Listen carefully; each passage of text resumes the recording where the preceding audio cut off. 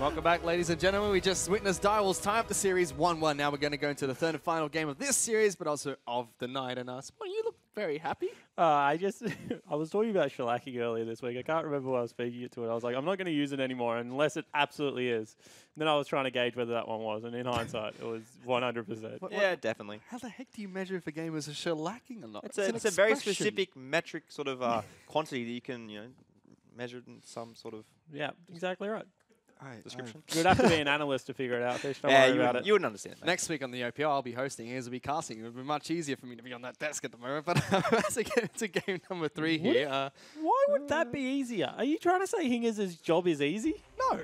Hinger's job is incredibly I thought difficult. Hingers' job was Well, just you to said take it all would the be airtime. easier. I don't know. Are you trying to throw some shade at Hingers, Fish? No. Mate, he's in the room. He can hear you. Look, that just went completely over both your heads, and I think, sums don't up think exactly what I said. But we're going into this game, gentlemen. Direwolves taking on AV. It's currently tied up 1-1. We're going to try and figure out who wins this one, right? No. That is that happens in game 3s. You generally find out who wins this one. We're seeing those standard jungle bands coming back. Standard, Sejuani. Incredibly standard. Standard from game 2, sorry, onwards. Makes a lot of sense. I Sejuani has think been banned that again. now you have to ban Kate. I mean, we've already seen it. I would be very surprised if this is not Kate Thresh bans, seeing that how high they prioritize Thresh in game 2. And I think that you just challenge. You challenge Shern to take his Gragas, and you pick Elise into it. Yeah, potentially. I think that Dial's now showing that they probably don't want to head back towards that Galio. Saving the ban from Avant, who at the moment were looking to leave it back up. You'd have to assume after doing the same thing on game 1. Adaptation for Direwolves from game number 1. They ban out Galio as their final ban, and Thresh is the ban from AV. Elise and Gragas both up. How smart does he look? Looks pretty smart. Picked it. No, it makes a lot of sense. Direwolves heading back to that standard first pick. They're showing a lot of priority on the Gragas. Now I guess the Elise is up. Is that where Sybil heads towards? And I guess the Kallista's still open too, so still some possibilities here for Avant.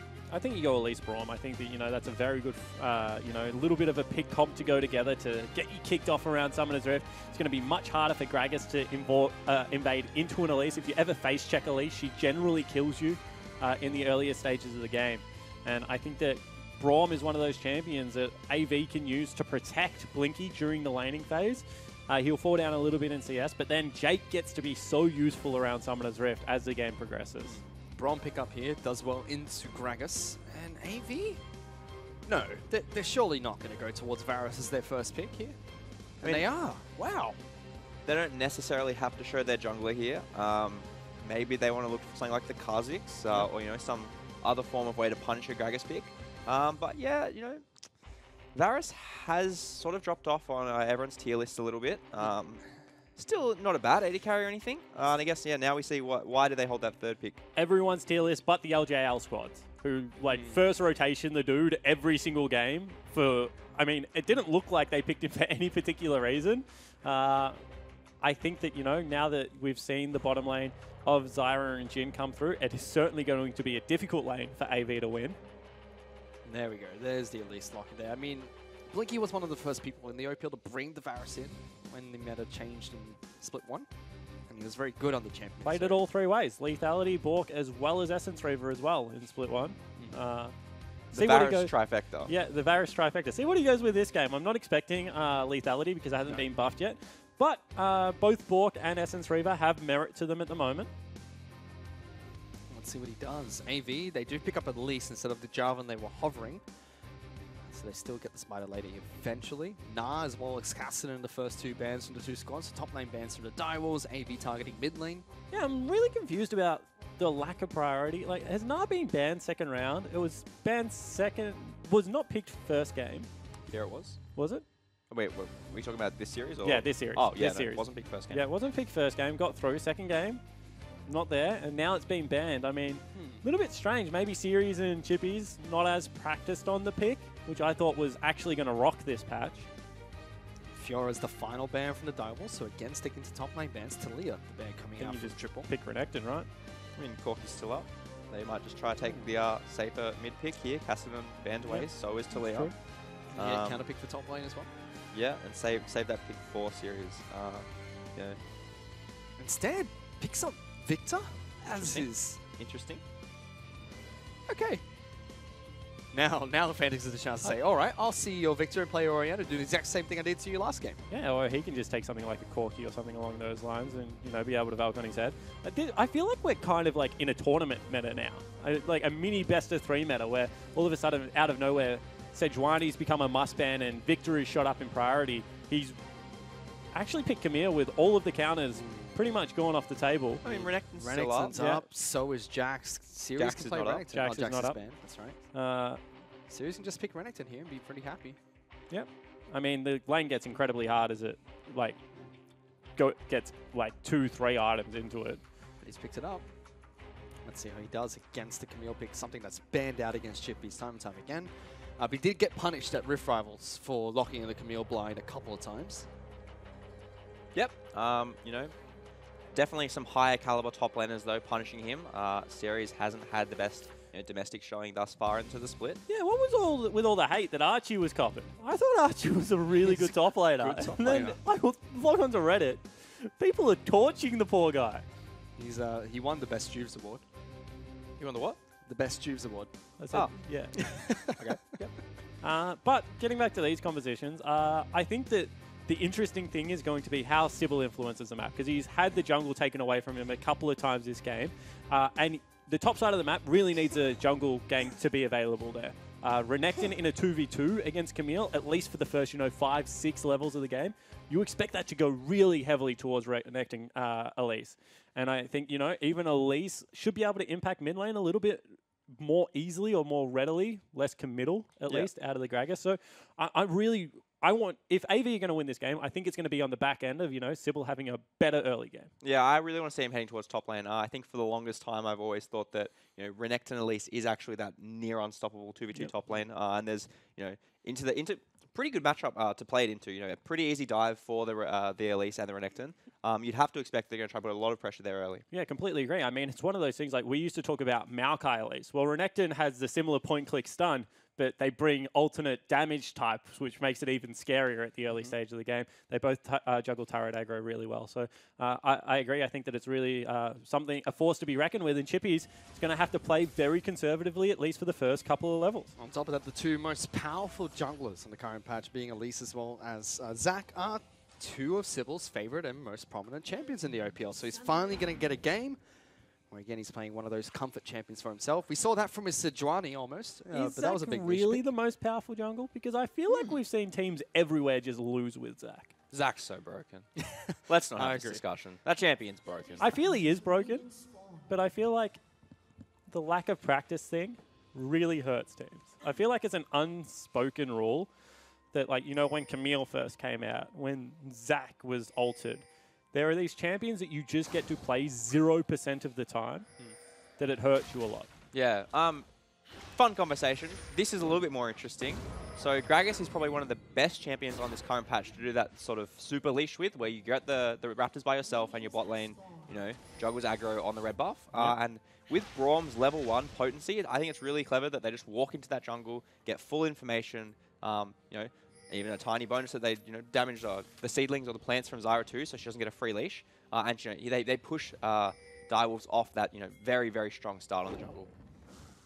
Showfire will start at his Raptors still and get a small leash from Fantix.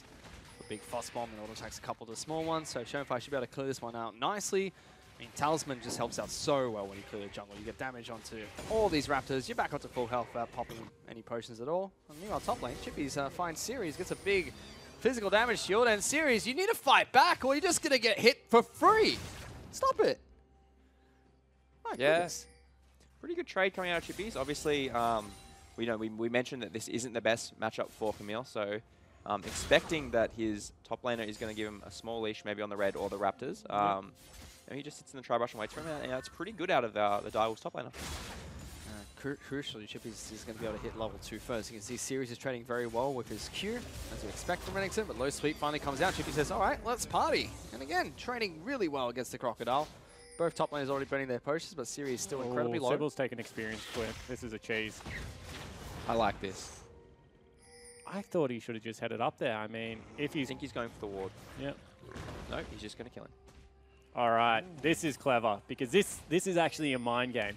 You kill Schernfire in his own jungle, that is a big blow to the confidence. patience. Oh, he loses Sybil! patience.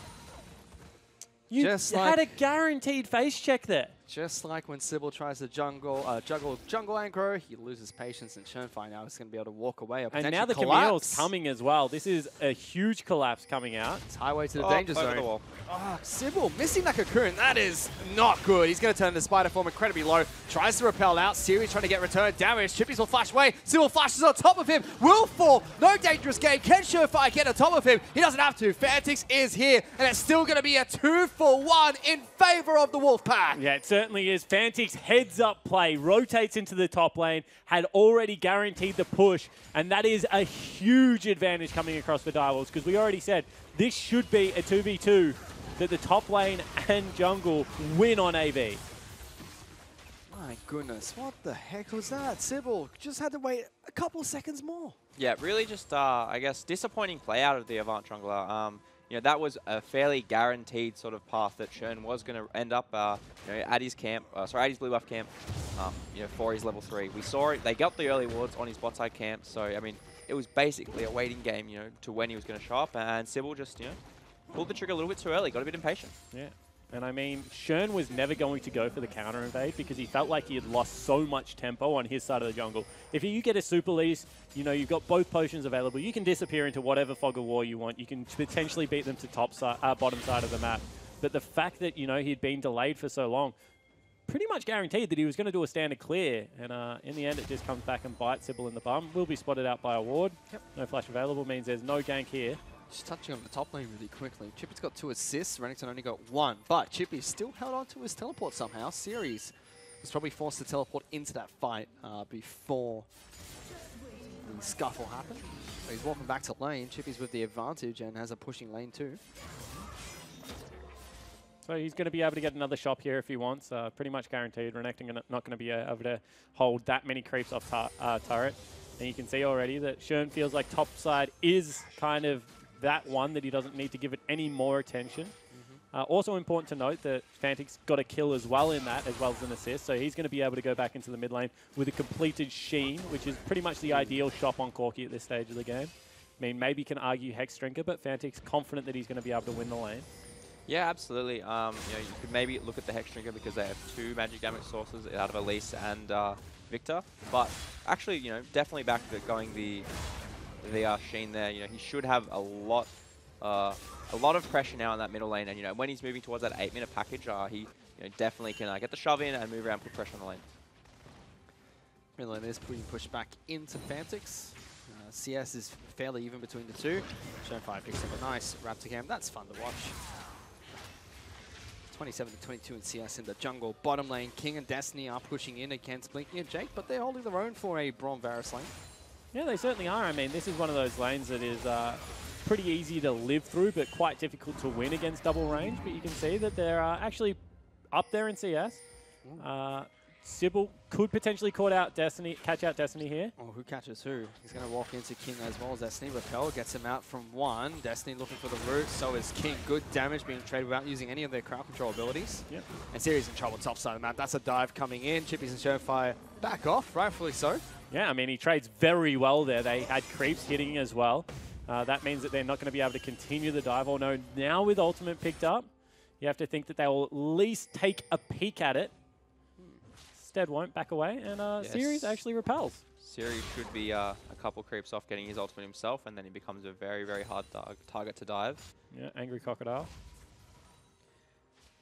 But, you know, Direwolves are doing quite well, trading their pressure around the map. You know, respecting that Sybil could be bottom lane as his jungler's top side, and both King and Destiny walk off. Oh, here we go. Chippy's getting dove on by Series top side of the map. Hookshot comes out, pulls him back into the river where 2 other members of the Direwolves are collapsing just in case. Yeah, and again, Fantix has got the heads-up pressure. I mean, ooh, talk about that later. They lock down Jake. He puts up the shield, tanking a lot of damage. They're still trying to trade back in. Jake actually jumps on forward. Sybil on Tags the way. King. Sybil's here. Everyone flashing in. Ignite speed, but good cocoon as well. And the Spider Link collapses to pick up the kill. Yeah, and both summoner spells available for King again, but that is actually really nice layering of CC. Flashes forward, the slow into the stun instantly because Blinky flashes forward, and Sybil is there to guarantee the next kind of little bit of damage.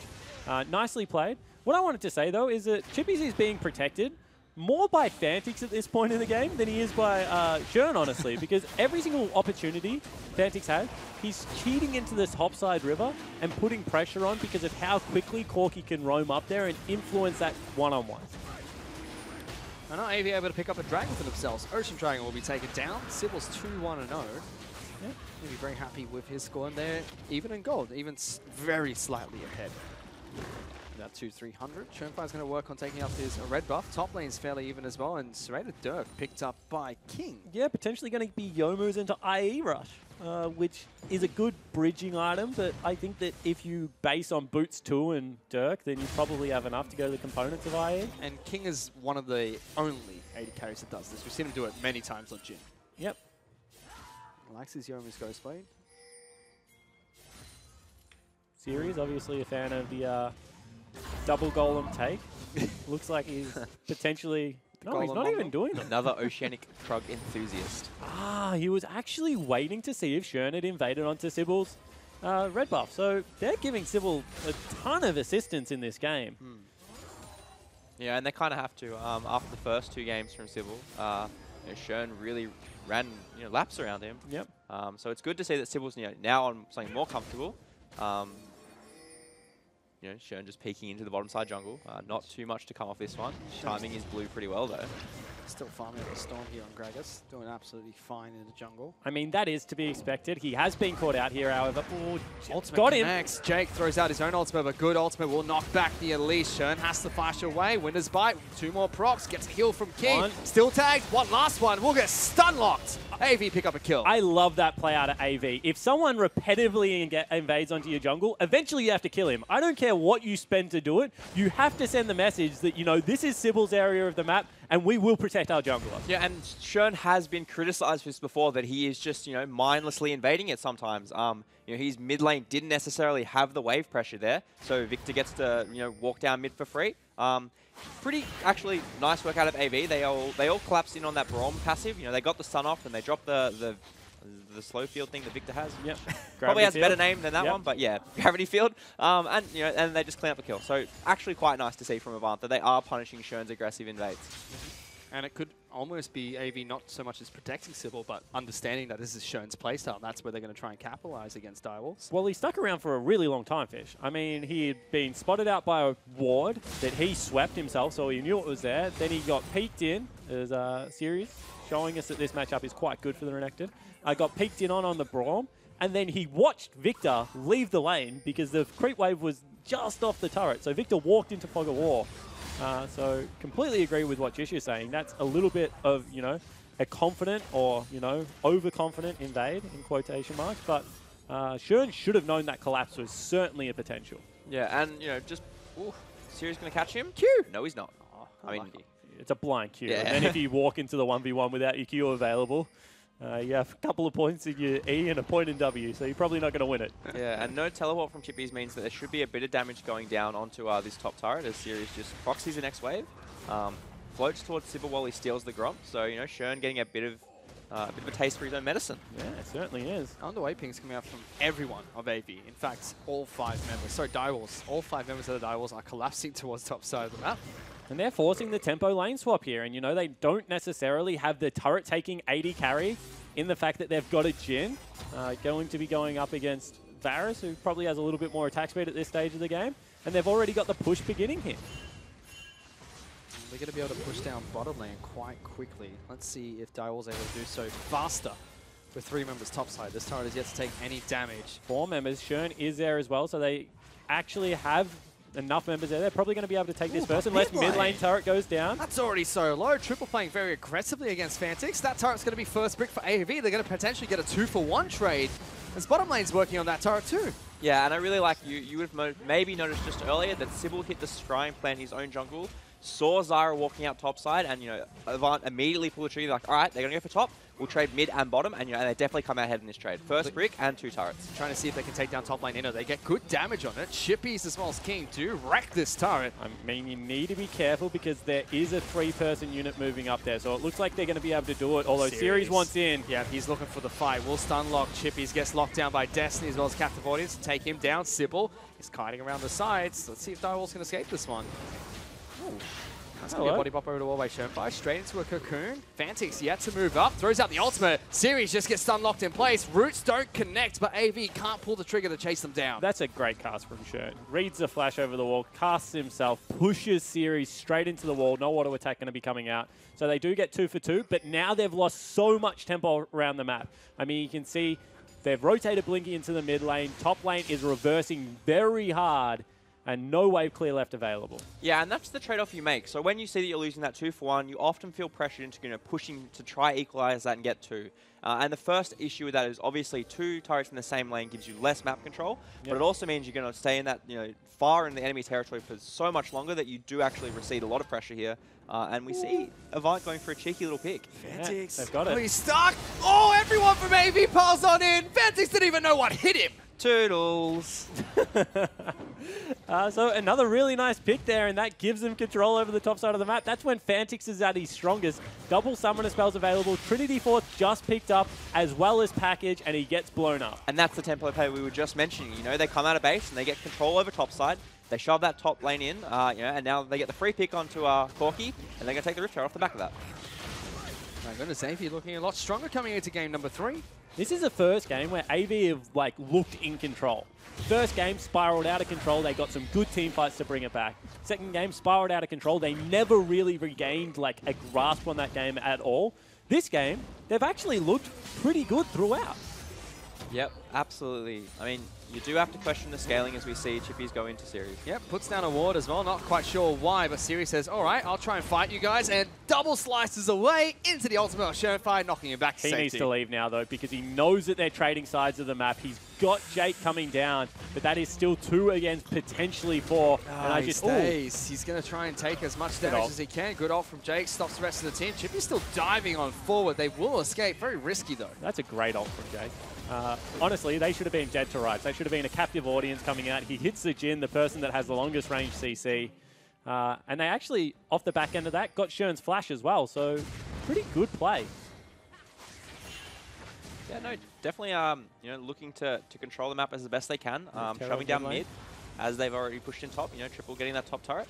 And now you have to expect that with all the outers gone, they'll look to collapse towards this dragon maybe. We have to work out, you know, how are they going to use this Rift Herald? Because that should be the next free turret. Herald's only a quarter of its cooldown done, so they'll still have some time to think about how they're going to use it. Some time to set up for the play. Instead, they move towards Mountain Dragon first. You know, honestly, anything that they can do with Herald should be better than they did last game. So, yeah, and I guess they take this free Mountain Dragon, they get a bit more damage to objectives. No sneaky W from King. Still a better Rift Herald than what Sam had, though. All right. That was a I'm trying to ward. Oh wait, no. Spooks are still in contention for Worst Rift Herald of the Year award. Yeah, actually, I still pick on him for that. Been told by production I need to stop because Spooks isn't here to defend himself, but his coach is, and he's not, so that's a little bit unfortunate for their jungler. I'm on your side for this. I make fun of him all the time. Incoming angry tweets from Spooks again that don't make sense. But we're going to continue pushing here. Still yet to use that Rift Herald. Blader and King has been picked up by Blinky, so he's still going towards that more optimized route at the moment. We do have the Omens complete for King as well, an item he likes to pick up first on Jhin before moving into the crit. Yeah, I mean, the additional movement speed is certainly useful on Jhin. I think that it does delay your massive power spike, however, which is on the IE. See whether he goes towards his second item. He is a little bit behind, honestly, because he's missing out on a couple of assists as well as about 16 CS. So we'll see whether, you know, there is an adaptation of, you know, going towards a Zeal or something like that beforehand, as it's a cheaper item and much easier to build out of the components. Yeah, and one of the reasons have also seen, you know, less priorities put onto Victor around the world is because, you know, so many of the mid laners at the moment have strong presence in side lanes. And, you know, that's exactly what we're seeing out of Direwolves right now. They have control over 3 lanes with Corki pushing in bot. Yep. And, you know, and Triple has to be so careful now as he rotates down to catch this wave because he has such little information and, you know, a Corki packages on his face, probably going to one-shot him.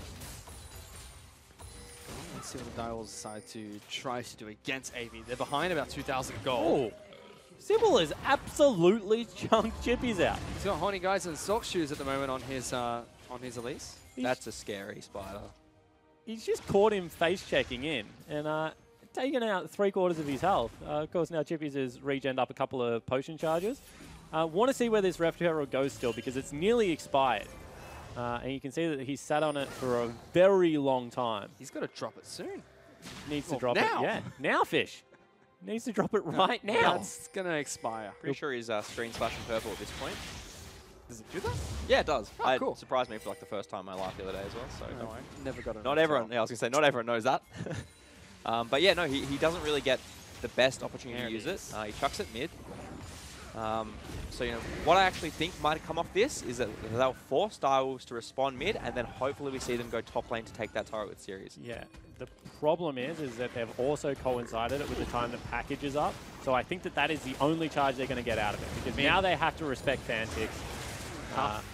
And yep, so it's just going to be, good chip damage on the mid lane outer. Yep, As half far as damage. chip damage goes, that's probably the best turret to hit it on as well. Let's see if they can get anything else out of it. Still 2,000 gold in the lead. Big wave bottom. They have to leave. Triple's losing out on so much golden experience at the moment if he doesn't go and collect that wave that Fantix had shoved in. So I really think that they're playing with their food a little bit here, and they need to be very careful. I'm not quite sure what they're trying to stick around for. Even Camille grouped up for the Direwolves. AV will now back off. And they're giving the wave to Series? I don't know who They're giving the wave Sybil. to no one? Hello? Series. Series is going to back. He's going to pick that one up. I'm not sure if I agree with that, because Fantix now, he was behind in CS, is going to be pretty far ahead because he's going to be uncontested in the sidelines. I guess maybe just sending Series bottom lane because he has a teleport, and Baron is a possibility. Double AD carry with Zara actually does that pretty fast. Yep. Yeah, so maybe just making best use of their TP. And they'll send Victor out topside, who is, he's going to catch a pretty big wave too that Yep. Chippies are shoving in now. Let's see what they can do. King still staying in the mid lane. Package is worn out from Fantix here, so it doesn't have that major ability up. I mean, it kind of did its role by not being used because he held them off the mid lane turret. They were just really scared of the potential team fight that could come out. And you can see now they've regained control of topside because of the fact that they see Renekton down there, so they take away the red buff. Oh, King caught. King caught. That's Winter's Bite being popped. He's forced to flash away. AV trying to back up, but Blinky, Jake just jumps straight behind him and lets him eat that skill shot. That's one time I don't think it's Blinky's fault. Yeah, I kind of agree with you there, Fish. Serious, mate. Get off the Krugs. Hit the turret. Your team's drawing a lot of pressure mid. You're plus 70 gold here. Not that important. You really, eventually this Renekton will start doing less and less. The Camille scale is probably much... Oh, my goodness. He really wants those Krugs. You got him. But, yeah, no, getting that wave in, finally, that's pretty good. Gets a little bit of vision control around the bot side. They get control Baron. Yeah, as AV collect control of topside river. So, should be interesting. Jake and Sybil stacking up as well. Anyone that walks down that path would probably die. Blinky, no teleport though. It's going to be serious. It jumps in. King takes a lot of damage, but does back out. He almost dies, but he gets away scot-free. Instead, Series gets deleted in this team fight. Meanwhile, Chippies has isolated Blinky. This is a team fight gone wrong. They get a return kill on the Chippies. Triple will have to flash away. Fantix going to try and dive into the back lines, but Chaos Storm doesn't do enough. That's a 2-for-1 trade in favor of the Wolfpack. Yeah, that was a really strange invade out of Series. He just flashed into the middle of a whole team to try and pick off King. Cocoon missed, Sybil wasn't able to get in there, but they were fighting without Triple ultimately. Yep, and right now, sitting on 200 CS, level 13, he is the one who's going to be doing damage in these team fights. Blinky didn't have his ultimate either there, so that's a problem for that fight.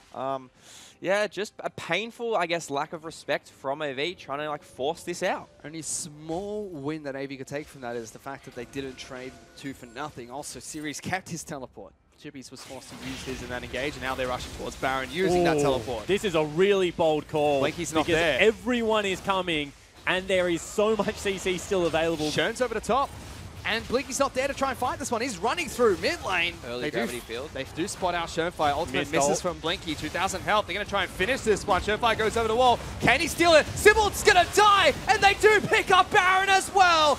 Direwolves have turned around this game, and that might just be over after that one play. And a completely bizarre play coming out of AV. I mean, there's no reason to turn onto it. There's no reason to hard commit when you do. And Direwolves clean house. They pick up 4 kills, they pick up the Baron, and now they're going to push down mid lane.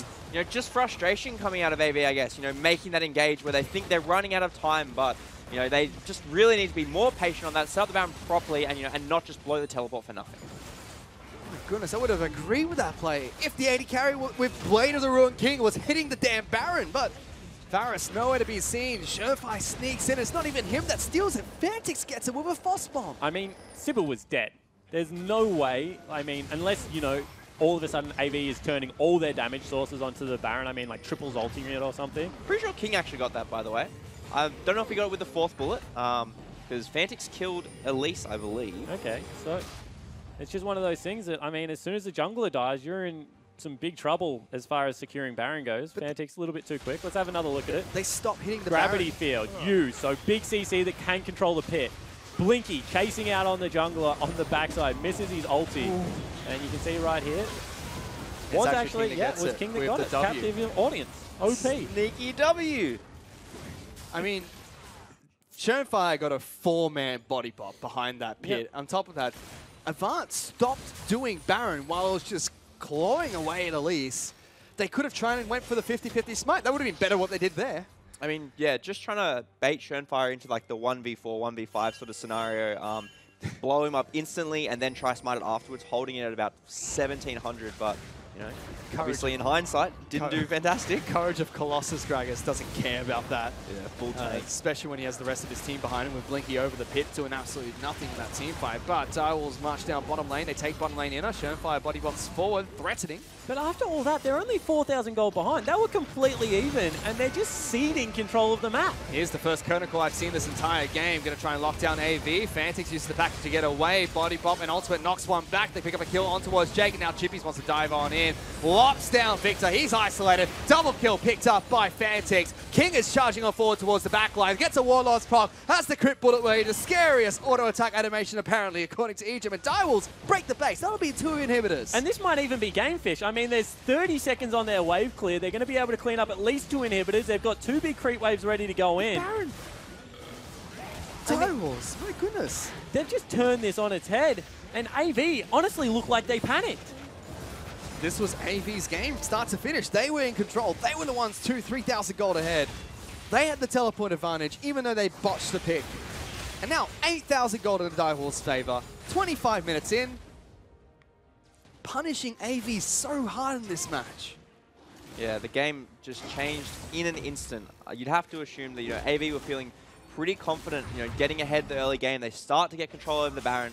They have the TP advantage, and, you know, disappointingly for them, they just couldn't pull through. And, you know, and Direwolves being, you know, the very, very professional and important, you know, impressive team that they are, just, you know, capitalize on it instantly, turn the game around, and, you know, just look for this clean reverse sweep, I guess. Yeah, I mean, you have to applaud how composed they stayed and the ability to, you know, read the play. They knew that the sweep had happened. They knew that the hard commit was coming, and they're able to absolutely capitalize on that. But at the same time, I mean, what would it be to be a fly on the wall on the AV comms as that was happening? Because I just want to know what was going through their head.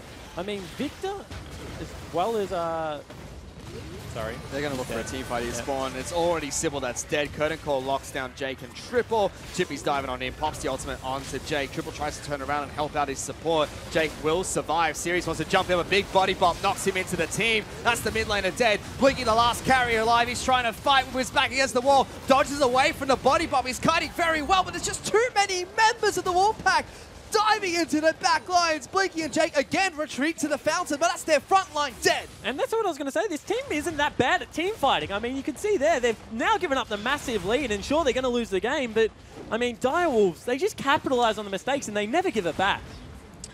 And honestly, it's such an anticlimactic finish to what was proving to be a very exciting series. You know, AV losing control game 1, sort of gaining it back, and now Direwolves now just looking to end the series, and they're 9. And with that, Direwolves will continue pushing on in. They're trying to take down Jake. Lives with a sliver of health. Sybil almost falls as well. First Nexus turret is dead. Blinky's trying to cut this out and clear as many minions as possible. Triple's back up, keeping the game alive a little bit longer. Or is he? Chippies wants to teleport into their spy. They've got super minions working along their side. He dives into the backlines on top of Triple, gets out of the gravity field. Another turret stand, but it's a flank kick. Crocodile looking to hunt down the direwolves. Triple gets 1 kill odds of Chippies. The rest of the team has to back out. AV are trying to push further forward to stop this. They get 2 kills, but their base is an absolute mess. I mean, AV with the last stand, that's all you can ask for. They run out of fountain, they're able to defend their base, but both teams have absolutely lost their mind. I mean, such a hard force coming out of Direwolves again to try and end this game. It's going to go for at least a couple of more minutes, and you know, double super creep, Baron respawning in a minute. Still should be AV Direwolves game, but both teams have made pretty crucial errors in the last couple of minutes.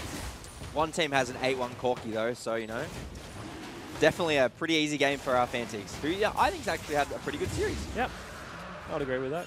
Whew. Not that I expected him to have a bad series or anything. Obviously, a pretty good player. I mean, I call him the best player in the OP all the time, so He's alright. Yeah, pretty biased. Now is just a matter of time. 28 minutes in, 10,000, oh, sorry, 9,000 gold lead for the Direwolves. I mean, it should be a matter of time, but both teams are making very reckless mistakes. So, yes, you should be able to win a game with Baron respawning in 30 seconds and 3 inhibitors down. But I just don't know anymore. 3 inhibitors and 2 base turrets down, by the way. There's nothing left for AV at the moment. Yeah. Except for hopes and dreams, Fish. Ooh, I don't even think those are available right now for the AV squad. To be fair, they get to vacuum a lot of gold from all of those creeps pushing into their base. So, you know, maybe they're going to get to... I mean, they're sitting at some important items, I guess. Do they try go for one last fight that we sort of said was... Last one? Yeah. I mean, Direwolves are just trying to march this one into the base. They're not too fussed about setting up for the Baron that's up now. I mean, what they're trying to do is they're just trying to hold vision control, and then they'll collapse onto the Baron, because then they can guarantee that no one's close enough to smite, steal that one away. So, I mean, this is going to be Baron buff and 3 super creep waves walking into your base simultaneously. Yeah, that's not fun. I mean, it depends. If you win the game, it's actually very fun. You feel like you've played both a MOBA and a turret defense in one. Yeah, super rewarding, I guess. But we do see the Direwolves marching it down mid lane. You'd have to expect that this is going to be it. Even if they lose a team fight, someone's just going to solo that Nexus by themselves. And I mean, if you're the Avant lineup, you have to go. Because if you do not go as soon as they enter the base, the creeps will do the job for them. Although an inhibitor has respawned on the bottom side of the map. Inhib 1, Inhib 2 in mid lane coming back up. You see no super minions in the bottom lane. Sybil looking for that flank. Gets locked down. He's dead. Destiny gets that kill. Now it's a 4-on-5 with Jake almost gone as well. This is going to be game. Direwolves, numbers advantage, health advantage. Body bomb knocks Blink into the team. He's going to fall as well, no matter how hard he tries to kite this one out. Series almost takes down King. Not going to happen. Double kill picked up by Chippies. Looking for the triple. Stolen away by the Corki. And with nothing left to defend this Nexus, it's going to fall. They take the series 2-1 and stay undefeated. And a couple cheeky smiles across the bottom lane of the Direwolves. You know, they know that their series is a little bit shaky here and there, but you know, they definitely had the mettle to pull it through and you know, come out with the victory. And that's so important. You know, they couldn't afford to drop this game because then they might have been behind someone else on the ladder. Yeah, exactly right. So they retain their top spot. They remain undefeated, as you mentioned, Fish. The big thing for me, however, is that mental fortitude and the ability to capitalize on mistakes. Because this was a hard series. You had to dig deep for this one. But they were good enough to punish the, you know, errors that AV made in their gameplay. And on the other side of the coin, you know, Avant have to be, you know, pretty disappointed with themselves. They definitely had control of that one, and you know, they've got a lot to go back to the drawing board with. You know, and they've got a lot to learn from this series, but they're going to be, you know, they're going to be kicking themselves for not taking it. And you know, there's kind of 2 different kinds of teams pushing for that top 4. Sin, they generally beat the teams ahead of them. Like they've taken out the Chiefs a couple of times, they've taken out Legacy a couple of times, and they do sneak points off people. But they generally drop games that they should win against people like AV and that were below them on the ladder. Then you have AV, which are kind of the workhorses. They beat everyone below them, but generally lose to everyone above them. Today was a day that they could have changed that. They could have taken out the top dogs, and unfortunately for them, it was in their reach. I mean, that game 3 was all but done and dusted, and they unfortunately dropped the ball. Yep, one error from the Avant team, unfortunately, costing them that game. Direwolves used that single advantage and capitalized through, but that's all the games for tonight. So it's a breakdown today. Let's send it back to the analyst desk. Thanks very much, guys. And a disappointing showing from AV in the second half of that game.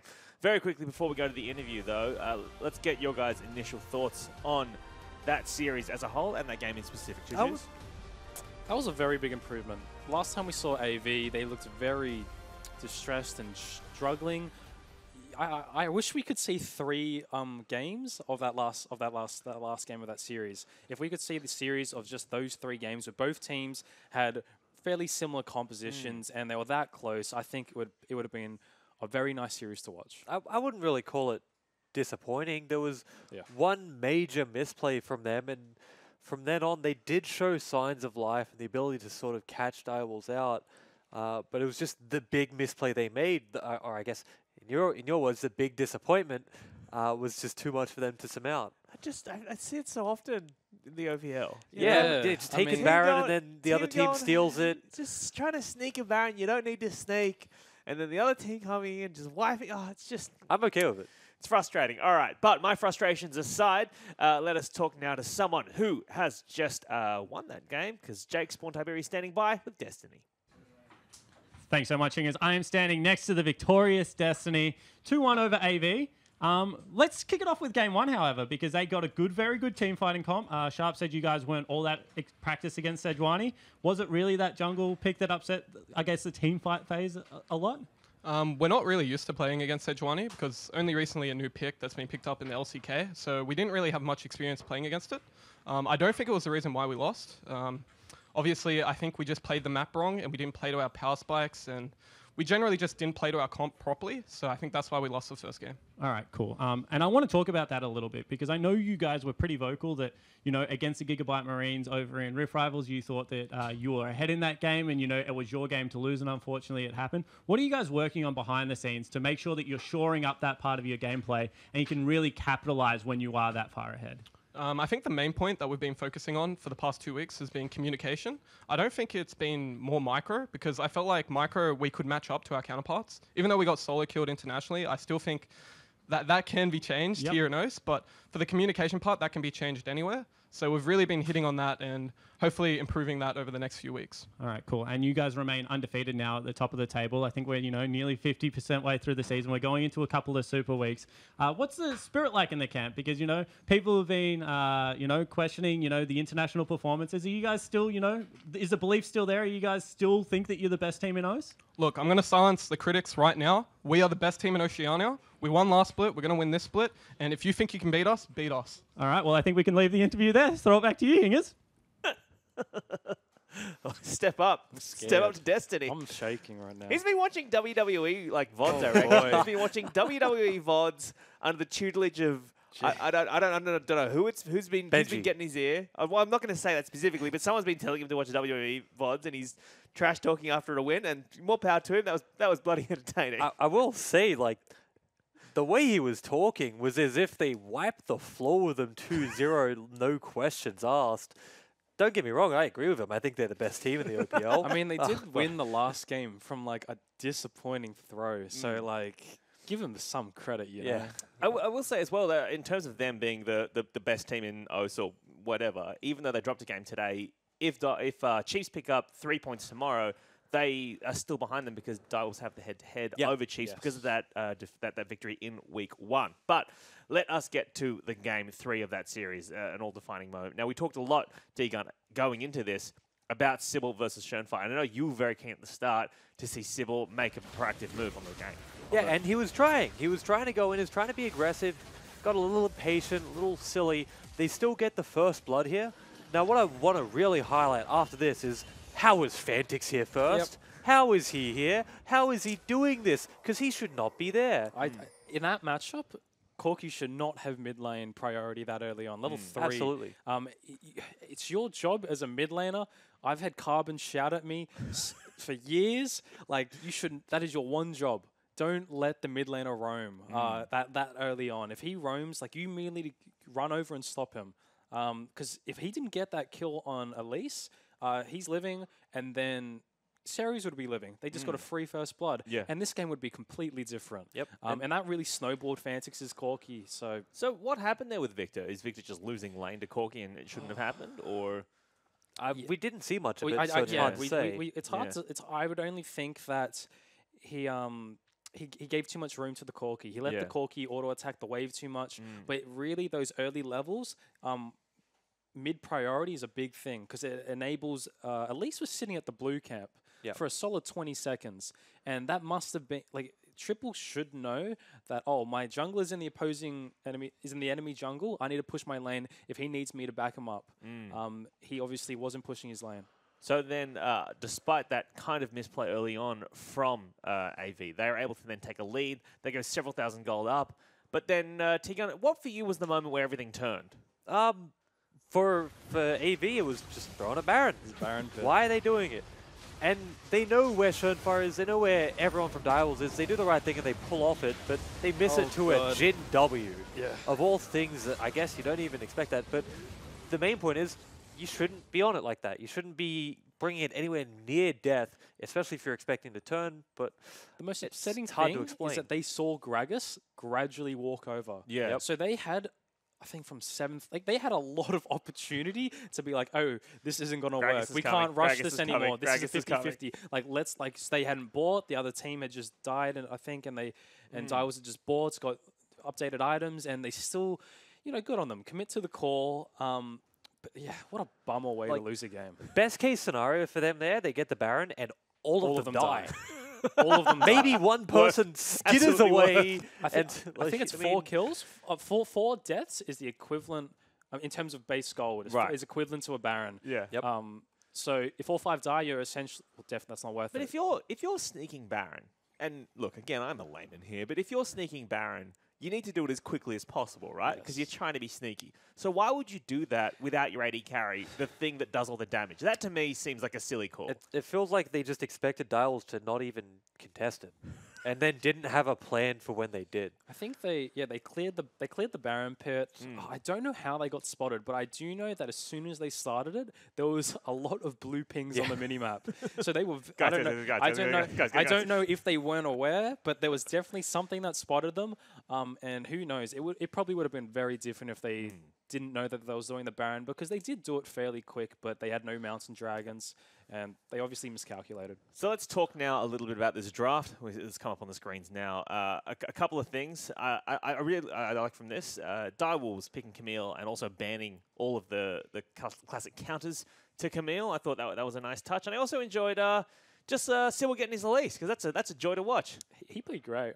It was, yeah, This very was good. his first game that I think was Sybil. The only thing I could fault him for before that Baron and really sit there and dislike was the impatience at blue. The early Apart thing, from yeah. that, it was just good, well-rounded play from him, being aggressive when he needed to be, calling his team in to defend his side of the jungle when he needed to, and it wasn't just like him trying to go off himself. He was well aware of where his team was and what he could do. Yeah, he knew that Gragas traditionally do full clear, and he knew that he was at Wolf Camp. He just needed to be a bit more patient. Yeah, or go in earlier and steal the wolf. If you're ever going to go to the wolves, go in earlier and go for the wolf. I don't think you should, mind you. Nah, just But stay at the stay buff. out. Don't do neither. Because that's the worst situation, is he did neither. He didn't get the big wolf, he didn't get the gank off, and he didn't get the blue. So he's just wasted his time. A couple of things to close out this discussion. We had we saw Sybil Sejuani copping bans, as well as now King's Caitlyn, which presumably is going to move forward into oncoming weeks. But I also want to talk about mid lane matchup, because coming into this, we were saying that Triple was a potential, not maybe not a threat, but a potential anchor for this team. Yeah. And in this game, like you said, he allowed Cookie to roam early, did not perform as well. And look at that damage that the Phantoms has done there. I mean, that is monstrous. I mean, I actually don't know what it is. I feel like it may be an experience, but I definitely know Triple has a lot of is a great mid laner. He's a great mid laner, and He's your boy. He's your boy. Is Your he? second boy. What do you say? Is your third prodigy, or? I did not say that. No, but what I'm trying to say is Triple is a very talented mid laner, and this series kind of showed how experienced Fantix was, and he looked at the map as a whole, and he knew that, like, okay, this isn't just the lane. This involves me roaming top, protecting chippies. As Spawn said, Schoenfire wasn't necessarily protecting chippies. Fantix was. I will say, Fantix has some boy. some popular and some vocal detractors that want to downplay how good he is. He's exactly as good as he's shown in this series. Look at the damage dealt. This is what I was expecting the Kog'Maw to do, by the way. in terms of just dwarfing his team and making them look somewhat irrelevant purely because of how much he's doing, and that's what Fantix has done. I will say in this game, Braum, not the classic damage dealer in this game. Yeah, disappointing, right? Disappointing. Braum has one job. I'm joking, of course. But what did you think of Series picking that Renekton last?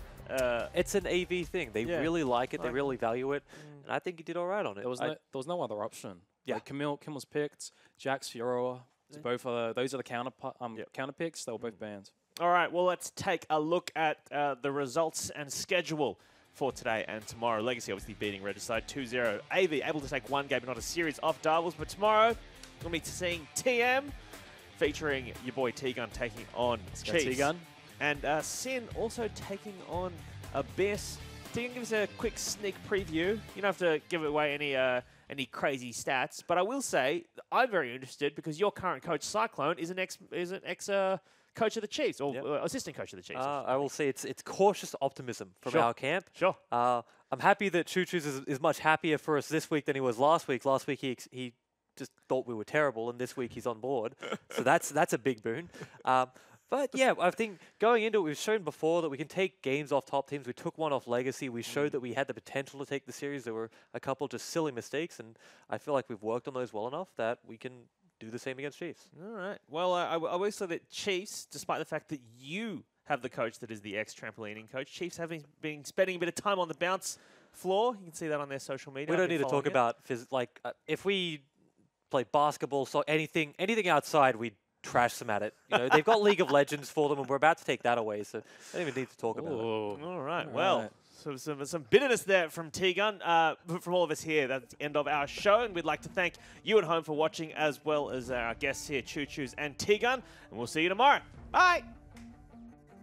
That is not good. He's going to turn the Spider form incredibly low. Tries to repel out. Series trying to get return damage. Chippies will flash away. Sybil flashes on top of him. Will fall. No dangerous game. Can Surefire get on top of him? He doesn't have to. Fantix is here. And it's still going to be a 2-for-1 in favor of the Wolfpack.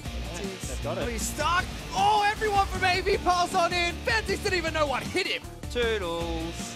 King takes a lot of damage, but does back out. He almost dies, but he gets away scot-free. Instead, Series gets deleted in this team fight. Meanwhile, Chippies has isolated Blinky. This is a team fight gone wrong. They get a return kill on the Chippies. Triple will have to flash away. Surefire goes over the wall. Can he steal it? Sybil's gonna die, and they do pick up Baron as well.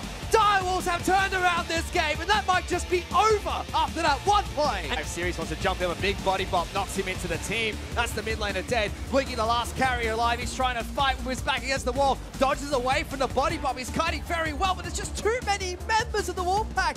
Series almost takes down King. Not gonna happen. Double kill picked up by Chippies. Looking for the triple, stolen away by the Corki. And with nothing left to defend this Nexus, it's gonna fall.